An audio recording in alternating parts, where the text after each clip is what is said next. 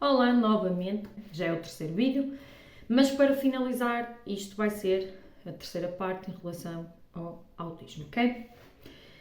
E então, isto é assim, como eu já vos mencionei, dei assim um desabafo daquilo que foi inicialmente, ok? Portanto, vocês pelo caminho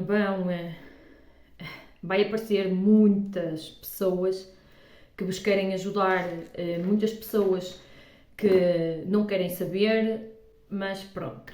Eu também, por exemplo, já tive um comentário de uma psicóloga que eu não a conheço lá nenhum, mas que uma vez ela esteve presente numa reunião porque a professora do meu filho, neste caso, ele agora está na primária, não é? Que ela achou por bem chamar, foi eu que mandei marcar essa reunião com a diretora do agrupamento, mais a diretora da escola, porque cada escola tem um responsável que é um diretor, e a professora de apoio, as terapeutas, a professora principal e nós pais.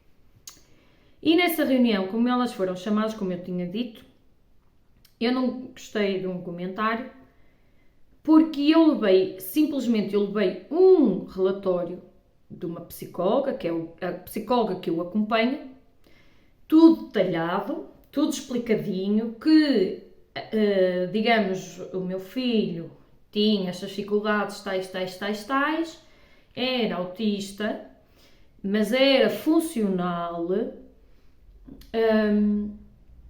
e também que a maturidade que ele tem, digamos, ele, por exemplo, na altura tinha 6, ele faz conta que ele tinha maturidade, por exemplo, de 4, 5 anos.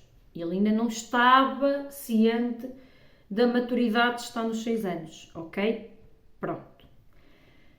Isso era mais ou menos que estava assim num relatório. E que ele deveria ser seguido terapia ocupacional de integração sensorial. Pronto, era a terapia que ele teria que andar. Só que essa terapia, os pais têm que ir a pagar nessa terapia caso seja preciso, ok? Pronto. A questão aqui é que eu não gostei do que a psicóloga dessa que foi convidada pela professora, que ninguém a chamou, da minha parte não foi eu que a chamei. Ela disse que vocês não aceitaram fazer o luto. Porque eu só comentei, por ter comentado que no relatório, que não entendia bem propriamente o que estava assim no relatório, mas daquilo que eu entendia é que elas têm que ser compreensivas, não podem chegar lá e exigir que o menino acompanhe à força, à velocidade furiosa, não é? À velocidade furiosa, porque ele tem o seu tempo. E outras crianças que não têm problema nenhum também têm as suas dificuldades e estão a tê-las lá, ok? Por exemplo, se calhar há crianças que aprendem muito rápido, mas há crianças que demoram o seu tempo. Portanto, lá simplesmente daquilo que eu entendi é que ele aprendia e acompanhava, tinha capacidade para acompanhar, tem capacidades cognitivas, está explícito, mas não é bem ao ritmo que elas se calhar esperam, não é? Por exemplo, ele não vai se calhar apanhar tudo de uma vez só, por exemplo. Foi aquilo que eu entendi. Pronto. E então, essa psicóloga entendida disse que a gente ainda não tinha feito o luto. E eu só fiquei assim a olhar para ela porque nenhum pai nem nenhuma mãe está à espera de receber, não é, uma notícia ou tentar de vir assim um diagnóstico, seja a dizer que é autista, seja trissomia, porque nenhum pai pensa ter um filho ou uma filha com problema assim, não é? Ninguém. Portanto, elas têm que compreender a ansiedade que os pais têm, e isto tem que ter também, elas têm que ter atenção à ansiedade que os pais têm pela preocupação pelo o filho ou a filha, ok? É legítimo. Agora, ela estar-me a dizer que nós não fizemos o luto, mas desde quando? Se eu não quisesse, eu não sei bem o que é que ela quis dizer propriamente com o luto, mas o que eu entendo é que ela disse ao caso que nós pais não aceitávamos o problema que ele tem. E eu virei-me para ela e disse, se eu não aceitasse o problema que ele tem, acha que eu estaria aqui nesta reunião? Acha que eu teria marcado esta reunião? Hã? Aquilo entrou-me no psicológico. Eu digo uma coisa. Eu digo-te uma coisa. Eu digo uma coisa. Aquilo entrou-me no meu psicológico. Eu chorei naquele dia. Eu entrei em dúvida comigo, entrei em dúvida como mãe, entrei em dúvida também para como se o meu homem, neste caso o meu marido, se estava a ser bom pai. Eu entrei em dúvida e o meu dever como mãe foi logo naquela urgência, eu tive necessidade, no dia a seguir, ligar para uma psicóloga e contar o sucedido assim, só porque entreguei um relatório de uma colega sua e tinha lá o diagnóstico e que o diagnóstico dizia tal, pronto. E ela disse isso, e ela disse, será que eu é que estou errada? Será que o pai é que está errado? Diz-me sinceramente, porque eu até estou em dúvida para como mãe, até posso estar errada, mas alguém que me diga que eu estou errada. O que eu estou a fazer não é não aceitar, eu estou a lutar pelos direitos e pelas coisas que o menino tem direito na escola. Estou a lutar por aquilo que o menino tem direito. Qual é a diferença dos pais? Qual é a diferença que ela não entende? Que os pais, quando exigem, quando estão ali sempre em cima, estão ali sempre ansiosos, como é que está a correr, como é que não está, o que é preciso mais. Os pais estão preocupados porque estas crianças, deixam um bocadinho na insegurança se são capazes, se é o suficiente, digamos, as ferramentas que eles têm, não é? Pronto. E essa psicóloga que eu liguei disse, não, Ana, você está super certa, essa colega não tem que lhe dizer isso, ainda para mais, não a conhece lá nenhum, não conhece o acompanhamento do menino, nem sequer conhece o percurso. Como é que ela pode ter dito? E mais, se ela é psicóloga, ela não pode sair à rua e estar a dizer isto, seja quem seja, sem conhecer o contexto da história. Você está super bem. A diferença aqui é que vocês estão a lutar pelos direitos do vosso filho. E está tudo correto. Não fique em dúvida. Eu fiquei tão aliviada, mas tão aliviada que vocês não têm noção do quanto existem profissionais que vos podem aparecer nos caminhos, que às vezes não são os mais certos, que às vezes, em vez de ajudar, estão para complicar, e vocês não podem parar por aí. Mas, neste contexto, não foi eu que pedi. E naquele momento eu disse, e eu não quero que o meu filho seja acompanhado por mais nenhum psicólogo, porque o meu filho já está a ser acompanhado. Portanto, não tem que sair da que está, não tem que sair da psicóloga que está e ter que ir para outra psicóloga que nem sequer conhece a história. ok? Não faz sentido, não faz sentido. Pronto. E eu disse isto à professora, que seja a primeira e última vez que isto acontece. Primeiro porque não foi eu que a chamei. E não pedi nada. Simplesmente entreguei o relatório, porque o relatório tem que ser entregue na escola. Ok? Pronto. Então, isto passou-se. Por isso é só para vocês terem um bocado de noção das situações que são complicadas, mas nós temos que estar sempre ali em cima do acontecimento. Vocês não tenham vergonha de exprimir as vossas preocupações. Vocês têm que falar. Se estiverem nervosos, falem nervosos, não importa. Estas pessoas têm que entender a vossa preocupação, a vossa aflição, a vossa ansiedade, porque não estamos a falar de uma criança qualquer, ok? E isso é legítimo, ok? Pronto. O que eu quero ressaltar dos pontos que foram notados ou avaliados do meu filho, ok? Foi, em certos ambientes, ele dá logo sinal, ou seja, há certos ambientes que, por exemplo, se houver uma discussão, faz imensa confusão para ele, ele já não lida bem com isso.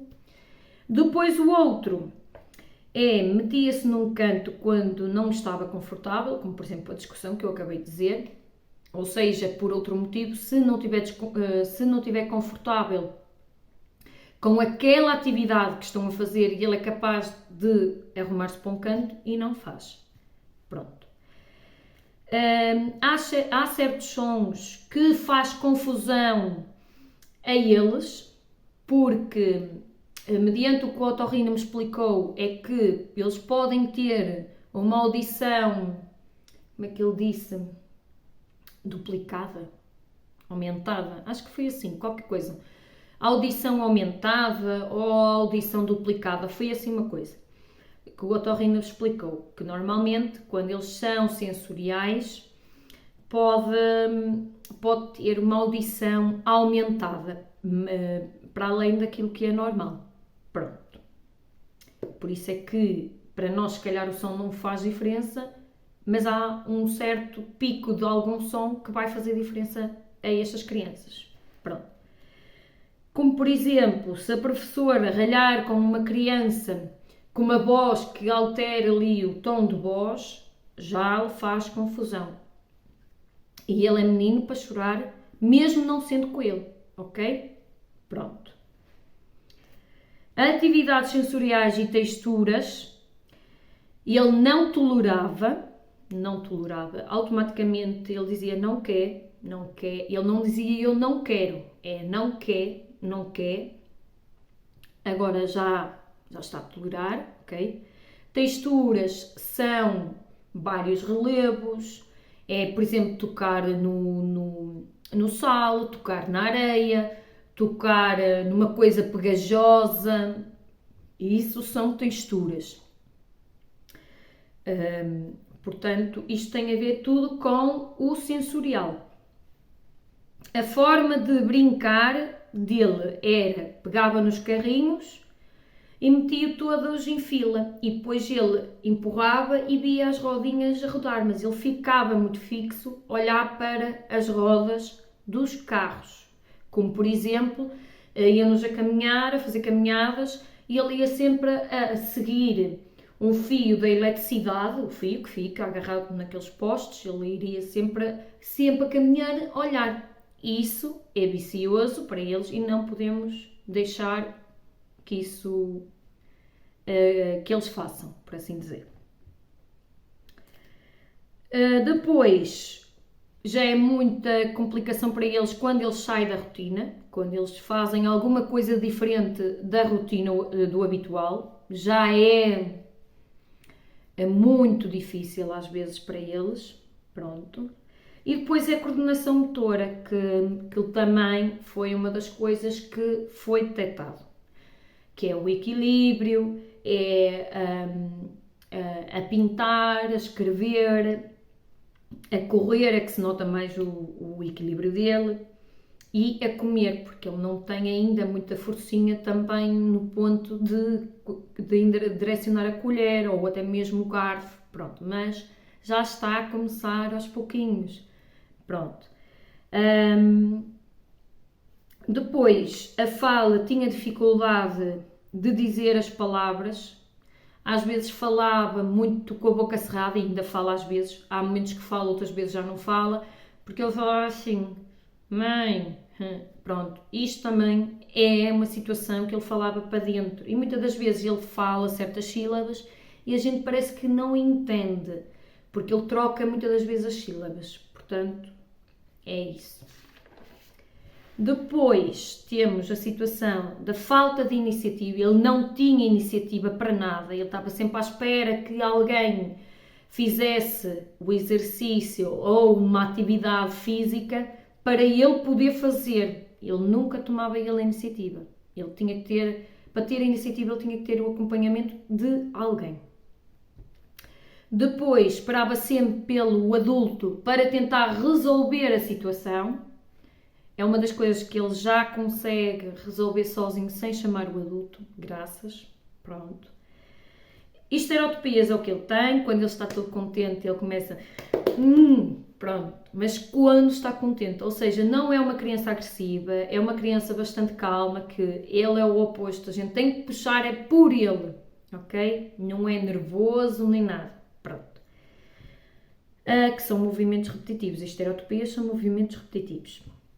E depois as texturas na mastigação, ou seja, a mastigação, que certas texturas ele não tolerava, como por exemplo a pera, ele quando meteu a pera na boca, ele não mascava, ele literalmente ficava com aquilo na boca, e a gente tinha que chegar lá e retirar.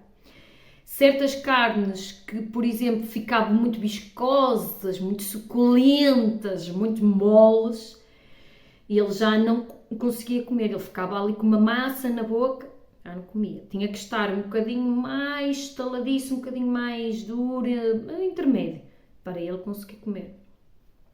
Pronto. São situações que foram diagnosticadas nele para chegar ao ponto do autismo, ok? Pronto. Depois eu pus aqui só um apontamento, que é, depois começou a evoluir e a aceitar mais, está mais comunicativo, brinca com as crianças, até mesmo com as crianças que não conhece, ok? Pronto. Ele estando na primária está bem, toda a escola sabe que ele é autista. Os meninos mais velhos ajudam-o, brincam com ele, as professoras gostam de ser elas a ficar com o papel que foram graças a elas que ele está bem e melhor, entre aspas, ok? Pronto. Às vezes é este tipo de professores que gostam, foi graças a mim, pronto, enfim. Muitas vezes elas não gostam do que diz no relatório médico porque querem fazer da forma delas, à forma como elas querem, pronto. Enfim, mas eu aí dou tolerância.